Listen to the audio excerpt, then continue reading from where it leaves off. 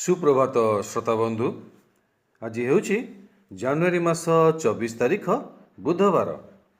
आज प्रसंग आपणकर आलोकित हेबार समय। आमेन। आज मनोनीत शास्त्रांश माथ्यू लिखित सुसमाचार 5 पर्व 14 पद।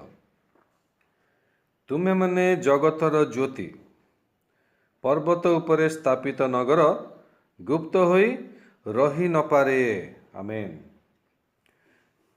मोर प्रिय श्रोता बंधु, यही वर्तमान जगत एक आत्मिक अंधकार जुग अटे। यह जीशुंकर समय मध्य समान थिला। जीशु को बंदी कला समय विषय को स्मरण करंतु। लूक लिखित सुसमाचार 22 पर्व 53 पदरे देखा जाए, से कहले यह तुममानकर समय